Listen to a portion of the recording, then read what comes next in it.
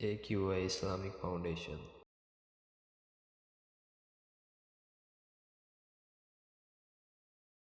اعوذ باللہ من الشیطان الرجیم بسم اللہ الرحمن الرحیم۔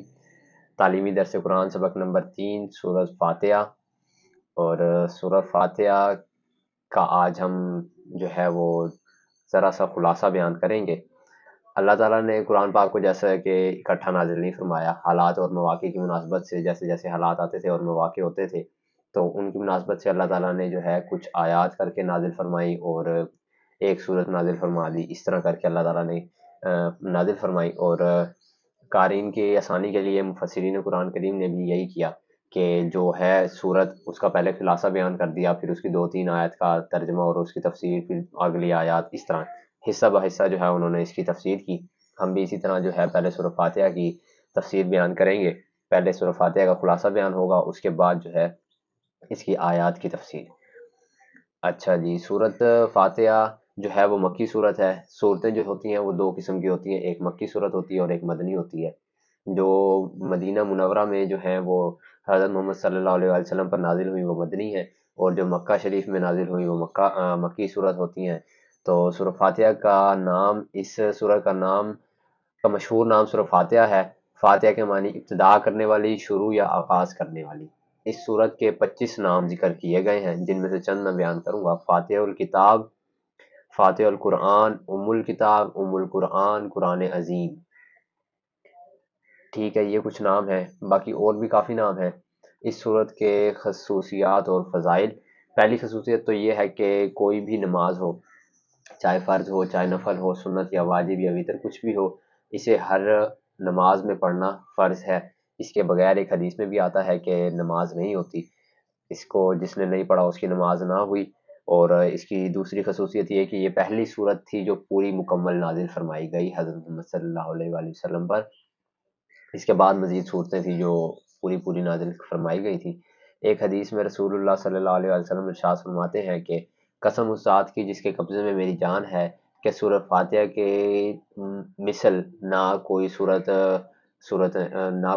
انجیل میں، نہ تورات میں، اور نہ زبور میں، اور نہ ہی قرآن کریم میں جو ہے اس کے مثل کوئی دوسری صورت ہے۔ مطلب یہ واحد صورت ہے جس کا بہت بڑا رتبہ ہے۔ اور ایک اور حدیث صحیح بخاری میں حضرت انس رضی اللہ تعالیٰ عنہ سے مروی ہے کہ رسول اللہ صلی اللہ علیہ وآلہ وسلم نے فرمایا کہ قرآن کریم کی سب سے عظیم ترین صورت سورۃ فاتحہ ہے۔ اس صورت کا شان نزول بیان ہوگا کہ حضرت امیر المؤمنین حضرت علی رضی اللہ تعالیٰ عنہ اور حضرت عبداللہ بن عباس رضی اللہ تعالیٰ عنہ سے روایت ہے کہ رسول اللہ صلی اللہ علیہ وآلہ وسلم نے ارشاد فرمایا کہ جب میں جنگل میں جاتا تھا تو ایک آواز میرے کان میں آتی تھی کہ وہ شخص کہتا تھا یا محمد، اور میں دیکھتا تھا کہ ایک شخص سنہرے تخت پر بیٹھا ہوا ہے، جو تخت زمین اور آسمان میں معلق ہے، اور وہ جو شخص ہے وہ نورانی ہے، بہت نور، مطلب وہ شخص نورانی ہے، اور اس کی آواز سے حضرت محمد صلی اللہ علیہ وسلم خوف زدہ ہو جاتے تھے۔ جب یہ ماجرا کئی بار دیکھا تو ورقہ بن نوفل جو حضرت خدیجہ کے چچا زاد بھائی تھے اور توریت و انجیل کے بڑے عالم تھے، اس کا حال بیان کیا تو انہوں نے کہا آئندہ جب آپ یہ آواز سنیں تو خوف نہ کریں اور کان لگا کر سنیں کہ وہ کیا کہتا ہے۔ چنانچہ آپ نے ایسا ہی کیا۔ پھر وہی آواز آئی تو حضور صلی اللہ علیہ وآلہ وسلم نے کہا لبیک، یعنی میں حاضر ہوں۔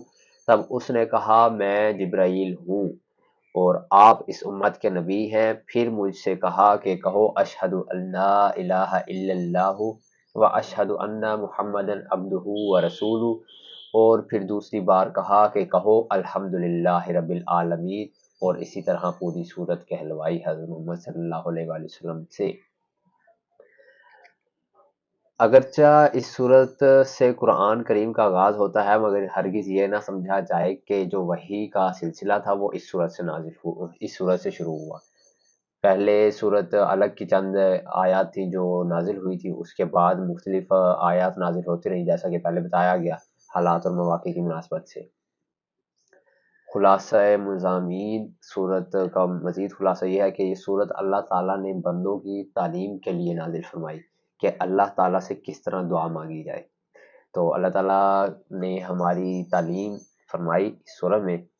حضرت ابو ہریرہ رضی اللہ تعالیٰ عنہ سے مروی ہے کہ رسول اللہ صلی اللہ علیہ وآلہ وسلم نے فرمایا کہ اللہ تعالیٰ کا ارشاد ہے کہ میں نے صلاۃ یعنی سورہ فاتحہ کو اپنے بندے کے درمیان نصف نصف تقسیم کر دیا، یعنی حمد و ثنا میرے لیے اور دعا درخواست بندے کے لیے۔ دعائے درخواست جو ہے مطلب اس سورہ کے دو حصے ہیں۔ پہلے حصے میں جو ہے اللہ تعالیٰ کی بڑائی اور تعریف بیان ہوتی ہے، اور دوسرے حصے میں جو ہے دعا ہوتی ہے۔ تو جب بندہ الحمدللہ رب العالمین کہتا ہے تو اللہ تعالیٰ فرماتے ہیں کہ میرے بندے نے میری حمد بیان کی۔ جب وہ الرحمن الرحیم کہتا ہے تو اللہ تعالیٰ فرماتے ہیں کہ میرے بندے نے میری خصوصی تعریف کی۔ جب بندہ مالک یوم الدین کہتا ہے تو اللہ تعالیٰ فرماتے ہیں کہ میرے بندے نے میری بزرگی بیان کی، مطلب میری بڑائی بیان کی۔ مالک یوم الدین، یوم دین کا مالک، اللہ تعالیٰ کی بڑائی بیان کی۔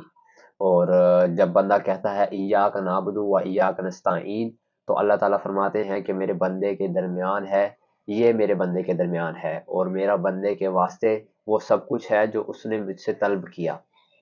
جب وہ بندہ کہتا ہے اہدنا الصراط المستقیم صراط الذین انعمت علیہم غیر المغضوب علیہم ولا الضالین تو اللہ تعالیٰ فرماتے ہیں یہ میرے بندے کے لیے ہے اور جو کچھ اس نے مانگا اسے ملے گا۔ سبحان اللہ۔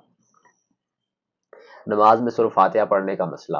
اس صورت کا نماز میں پڑھا جانا تو ضروری ہے، مگر ہر نمازی کے لیے نہیں ہے، بلکہ جو امام یا منفرد ہو یعنی اپنی انتہائی نماز پڑھتا ہے تو اب مطلب جو امام کے ساتھ پڑھ رہے ہیں، مزید آگے بیان ہوگا، جو امام کے ساتھ پڑھ رہے ہیں وہ نہیں پڑھیں گے، اور جو اکیلا پڑھ رہا ہے بندہ وہ جو ہے سورہ فاتحہ پڑھے گا۔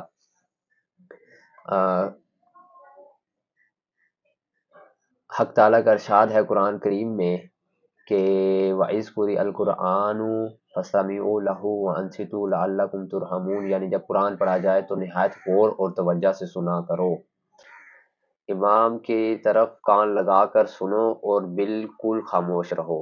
امید ہے اگر تم نے امام کی قرات کو سنا، خاموش کھڑے رہے اور امام کے ساتھ قرآن میں کوئی جھگڑا نہ کیا تو تم پر رحم کیا جائے گا، یعنی مقتدیوں سے رحمت الہی کا وعدہ سننے اور چپ رہنے کے ساتھ مشروط ہے، ورنہ پھر یہ وعدہ نہیں۔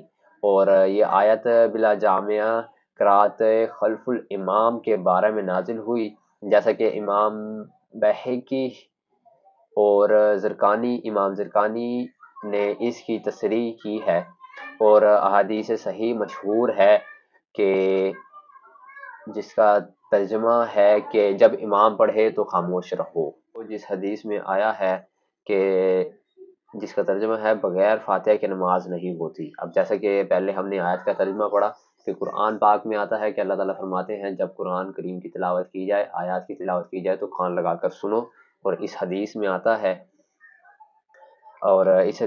کہ بغیر فاتحہ کی نماز نہیں ہوتی۔ سو امام احمد بن حنبل اور سفیان بن عینیہ رحمۃ اللہ علیہ سے ترمذی اور ابو داؤد میں یہ ہے کہ حکم امام اور منفرد کا ہے، مطلب اس حدیث میں حکم جو ہے وہ امام کے لیے ہوا ہے، اور جب ایک جماعت کے ساتھ جماعت ہو رہی ہے تو علماء کا بیان ہے کہ جب امام نے سورہ فاتحہ پڑھ لی تو اس نے تمام جو ہے نمازیوں کی طرف سے پڑھ لی، اس لیے نمازیوں کے لیے ضروری ہے، جو پیچھے نمازی کھڑے ہیں امام کے، ان کے لیے ضروری ہے کہ وہ صرف کان لگا کر سنیں اور اپنی نماز کریں۔ جب بندہ منفرد اکیلا نماز پڑھ رہا ہے تو اس کے لیے پھر ضروری ہے، کیونکہ وہ امام کے ساتھ نہیں پڑھ رہا، کیونکہ جب جماعت ہو رہی ہے تب تو امام نے ہمارے لیے بھی پڑھ لی اور اپنے لیے بھی پڑھ لی، ٹھیک ہے۔